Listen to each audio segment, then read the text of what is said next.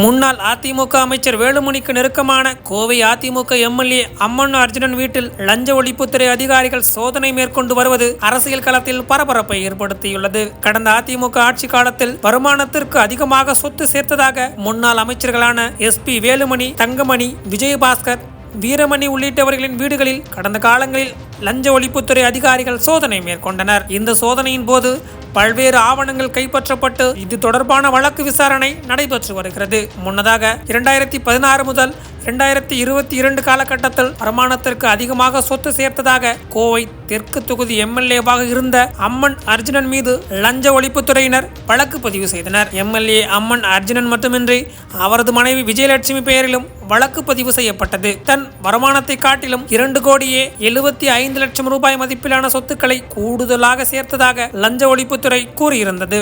இந்த நிலையில் கோவை செல்வபுரம் அசோக் நகர் பகுதியில் உள்ள அம்மன் அர்ஜுனன் வீட்டில் தீவிர சோதனை நடத்தி வருகின்றனர். இந்த சோதனை நிறைவடைந்த பிறகு அவரின் வீட்டில் ஏதேனும் ஆவணங்கள் கைப்பற்றப்பட்டதா என்பது தொடர்பான தகவல் வெளியாகும். தற்போது கோவை வடக்கு சட்டமன்ற தொகுதியின் எம்எல்ஏவாக இருக்கும் அர்ஜுனன் முன்னாள் அமைச்சர் SP வேலுமணிக்கு நெருக்கமானவர் என்று கூறப்படுகிறது. SP வேலுமணி வீட்டில் அண்மையில் லஞ்ச ஒழிப்புத்துறையினர் ரெய்டு செய்த நிலையில் தற்போது அவரது ஆதரவாளர் வீட்டில் ரெய்டு செய்து வருவது அரசியல் களத்தில் பரபரப்பை ஏற்படுத்தியுள்ளது.